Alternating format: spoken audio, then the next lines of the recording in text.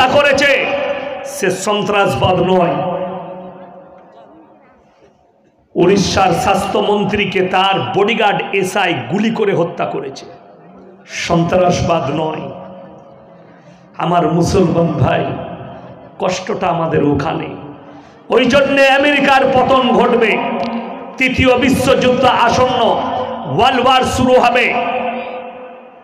তালিবানরা রাস্তা চেয়েছে কার কাছে? ইরানের কাছে, জর্ডানের কাছে রাস্তা দাও, আমরা গাজায় গিয়ে ইসরায়েলের সঙ্গে যুদ্ধ করতে চাই।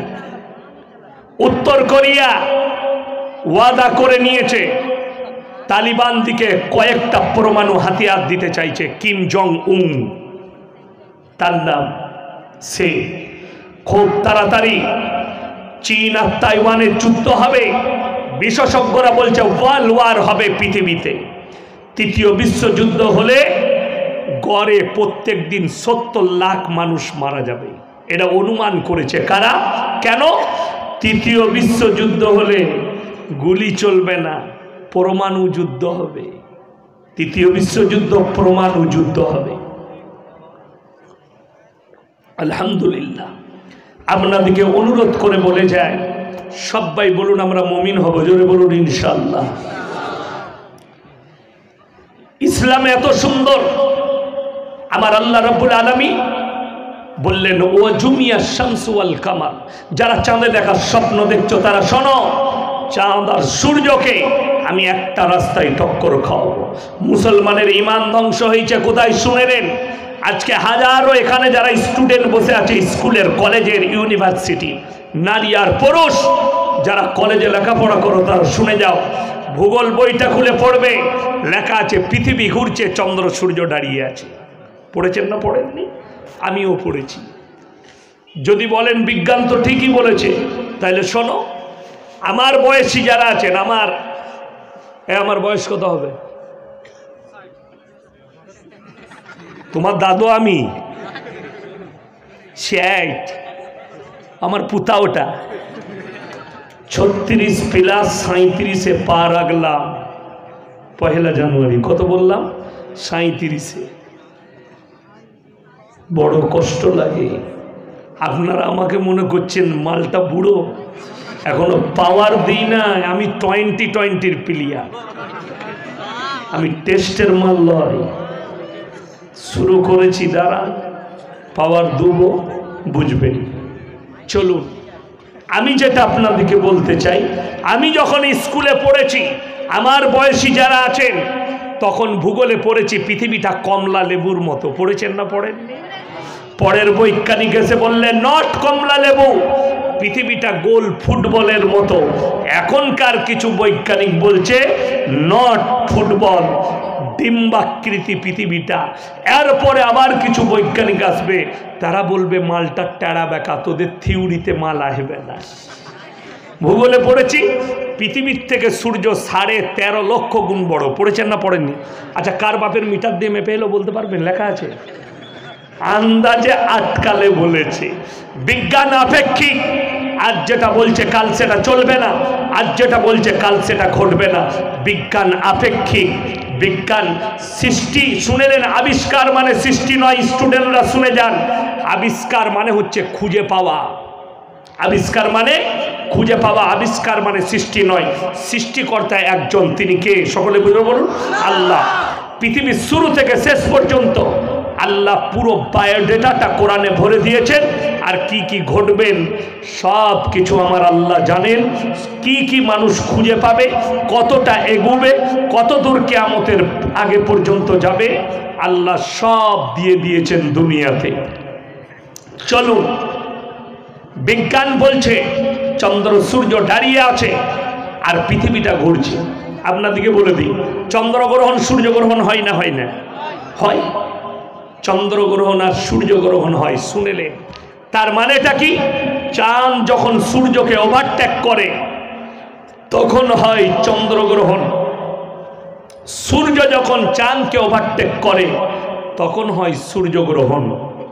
এইভাবে ওভারটেক করলে, আপনাদেরকে বলে দিই, এই স্টেজটা পৃথিবী, আমরা 4 জন প্রথম কাতারে বসে আছি নিজের নিজের চেয়ারে, ঠিক কিনা? আচ্ছা, এই স্টেজটা যদি ঘুরে আমাদের দিক পরিবর্তন হবে, স্থান কারো পরিবর্তন হবে? কথা বলেন। স্থান নিজের জায়গায় বসে থাকলে স্থান পরিবর্তন হবে না।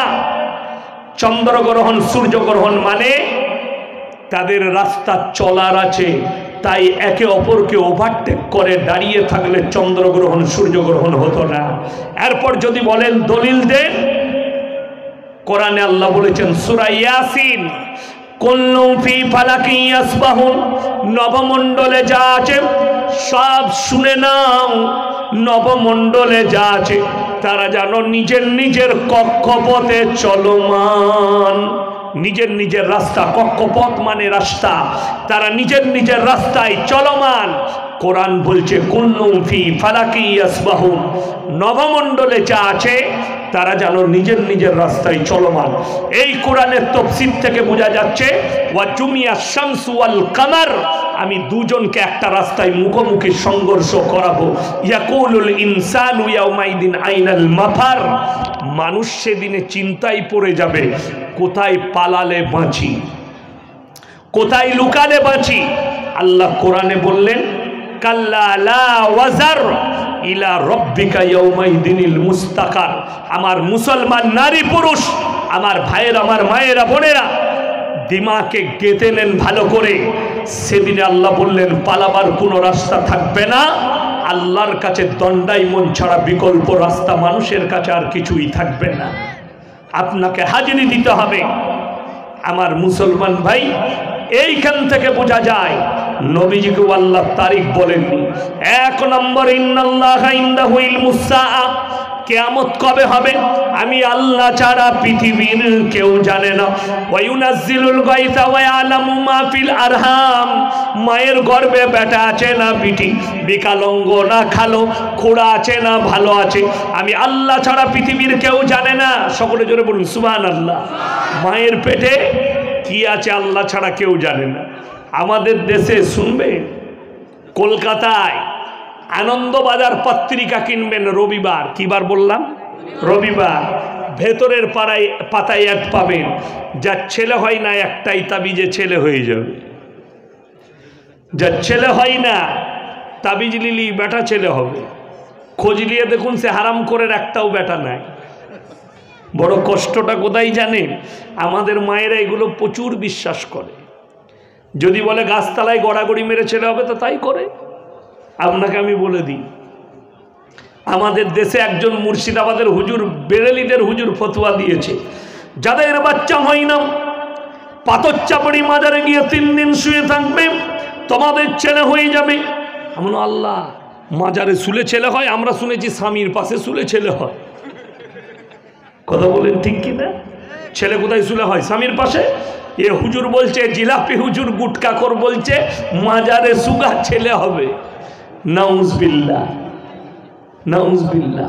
কোরআন শুনেলেন, যারা বলবে যে গুটকাখোর, যে জিলাপি হুজুর বলবে আমার তাবিজে ছেলে হবে, তার কানটা মুচুড়ে সূরা আল ইমরান 1ম পৃষ্ঠা। কোন সূরা বললাম? আল ইমরান। কত পারায়? 3 পারা, 3 পারা নম্বর 3। তাকে খুলবেন, 1ম পৃষ্ঠায় আছে হুয়াল্লাযী ইউসাউবিরুকুম ফিল আরহামি কাইফা ইয়াশা লা ইলাহা ইল্লা হুয়াল আজিজুল হাকীম। হে নবী বলে দাও পৃথিবীর মানুষকে, মায়ের গর্ভে বাচ্চা দান করি আমি আল্লাহ আমার ইচ্ছা মতো, আমি আল্লাহ কারোর পরামর্শে কাজ করি না। জোরে একবার বলুন সুবহানাল্লাহ। কিন্তু বিশ্বাস করুন, কষ্ট লাগে কি জানেন? আমাদের দেশের কিছু লোক বলছে মাজারে গেলে ছেলে পাবি, গাছতলায় গেলে ছেলে পাবি, ছাদতলায় গেলে ছেলে পাবি। অবাক তো এটাই লাগে। আলহামদুলিল্লাহ, আমার জলসা শেষ হয়ে গেলে, আমার ঈদের দিন থেকে একবারই 15ই মে পর্যন্ত জলসা আছে। ঈদের দিন থেকে স্টার্ট। তো আমার জলসা শেষ হয়ে গেলে আমি নিজে মুম্বাই, গুজরাটে আমার অনেক আত্মীয় আছে, আমি ঘুরতে চলে যাই। তো মুম্বাইয়ে আমার নিজের ভাইয়ের বিরাট কারখানা আছে, ফ্যাক্টরি। আমি তার কাছে গিয়ে তার কাছে থাকি, তার ফ্ল্যাটে। কামরুল ভাই বলে আমার একজন আছে, কাছের লোক। খুব ভালোবাসেন, তিনিও আমার ভাই হয়, আমার আত্মীয়, একদম কাছের লোক। তিনাদের কাছেও যাই, ভালো মন্দ খাওয়াই। আমরা মৌলবীরা তো আল্লাহ রুজি মেপেছে লোকের ঘরে, কি বুঝলেন। বোম্বেতে গেলে অনেক বন্ধু বান্ধব বলে, মৌলী সাহেব আজকে আমার দাও।